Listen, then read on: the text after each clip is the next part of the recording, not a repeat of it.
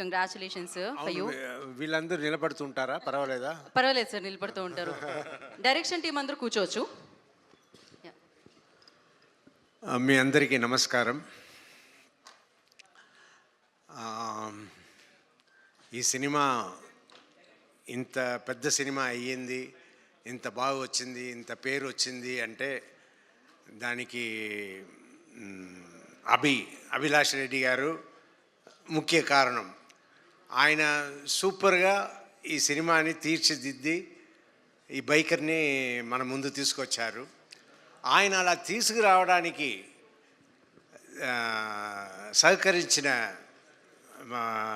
సహకరించారు ఎవరంటే వంశీ గారు. వంశీ గారు ఇంత ఖర్చు పెట్టి అభిలాష్ రెడ్డి గారు ఏమేమి చేయాలనుకున్నారో దానికి అంతా ఓకే చెప్పి చేశారంటే హ్యాట్స్ ఆఫ్ టు వంశీ గారు. ఆయనే నాకు మెయిన్ పర్సన్గా కనిపిస్తున్నారు. ఏ ప్రాబ్లం లేకుండా ఇంత పెద్ద బడ్జెట్ సినిమాని ఇవాళ రిలీజ్ చేసి సక్సెస్ఫుల్గా రన్ చేస్తున్నారు. అండ్ నా జీవితంలో మా అక్క కొడుకు,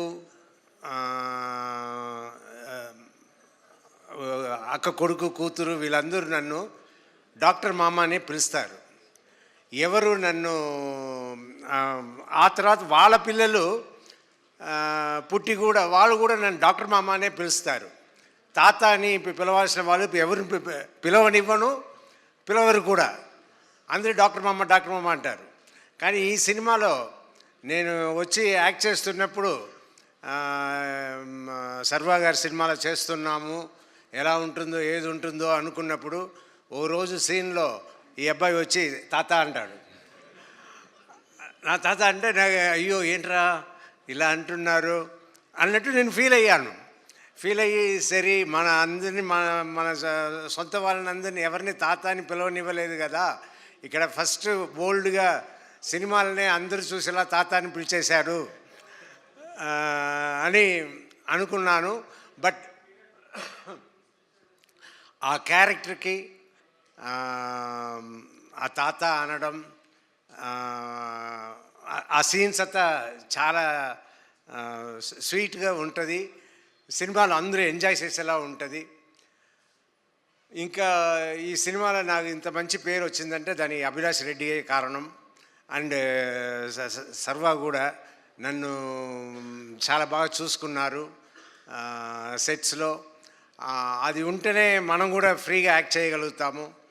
సో ఐఎమ్ లక్కీ ఈ సినిమాలో నేను యాక్ట్ చేసిన దానికి, ఈ క్యారెక్టర్ నేను పోషించడానికి అవకాశం ఇచ్చిన అందరికీ, అలాగే ఈ సినిమాలో పనిచేసిన టెక్నీషియన్స్ అందరికీ చాలా థ్యాంక్స్ చెప్పుకుంటాను.